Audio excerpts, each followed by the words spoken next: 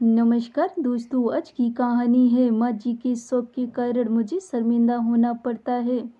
क्या माँ, तुम भी कितनी अजीब हो। चिल्लर इकट्ठी करने का शौक तुम्हारा अभी तक गया नहीं।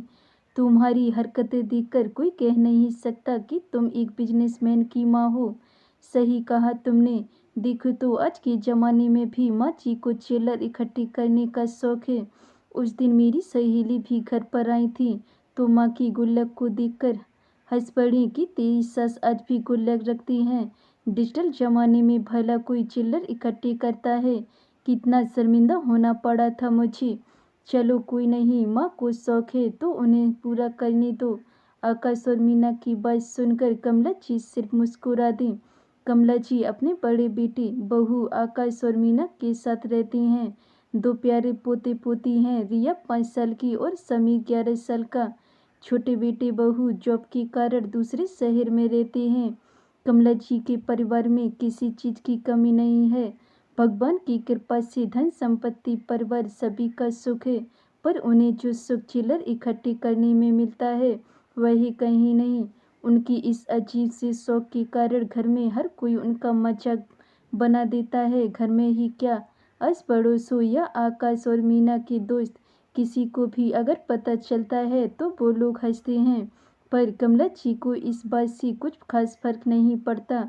जो भी 1 और 2 रुपए की सिक्के उनके पास होती हैं उन्हें भी एक मिट्टी की गुल्लक में डाल देती हैं, फिर बचा कर जरूर देखती हैं। चिल्लर की खनक से ही उनका दिल खुश हो जाता है और चेहरे पर एक अलग ही मुस्कान आ जाती है। आज कितने दिनों बाद घर में सभी सदस्य एक जगह इकट्ठे हुए थे। छोटे बच्चे सभी अपनी दादी के कमरे में खेल रहे थे। तभी अचानक कुछ गिरने की आवाज आई। सब लोग दौड़कर गए तो देखा कि गुल्लक टूटा पड़ा है, चिल्लर बिखर चुके हैं। यह देखकर कमला जी की आंखों में से आंसू आ गए। हालांकि उन्होंने कुछ कहा नहीं। बच्चों ने चुपचाप चिल्लर इकट्ठी करना शुरू किया और कमला जी के हाथ में दे दिया। आज बच्चे कमला जी को भी घिर कर बैठ गए।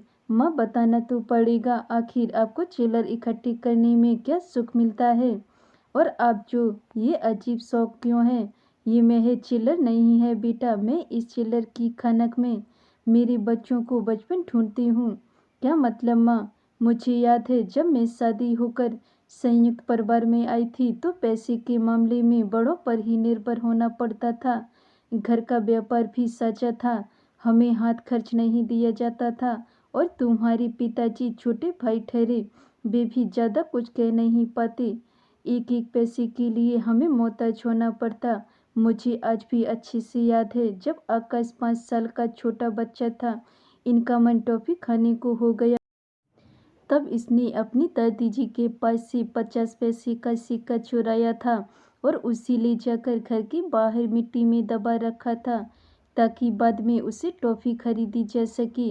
लेकिन उसकी दादी ने देख लिया और उसके बाद मेरे 5 साल के बच्चे को कितनी बेरहमी से पीटा गया था अच्छी तरह याद है मुझे। मेरा कलेजा मुंह को आ गया था, पर फिर भी बेबस खड़ी तमाशा देखती रह गई। पर उस दिन अपने बच्चे को एक टॉफ़ी के लिए तरसते देखकर पता नहीं कैसे तुम्हारे पिताजी में इतनी हिम्मत आ गई कि उन्होंने पहली बार अपने हक के लिए बोला, जो उनकी परिवार को नागबार गुजरा। और उन्होंने लड़ झगड़ कर तुम्हारे पिता को अलग कर दिया, साथ ही साथ प्रॉपर्टी से भी दखल कर दिया। बेटा, हमने बहुत गरीबी के दिन देखे हैं। एक एक पाई जोड़कर हम लोग अपने पैरों पर खड़े हुए हैं। हमने हमारे बच्चों को बचपन में कई चीज़ों के लिए तरसते देखा है। इसलिए पता नहीं क्यों इस चिल्लर की खनक से अजीब लगाव हो गया है।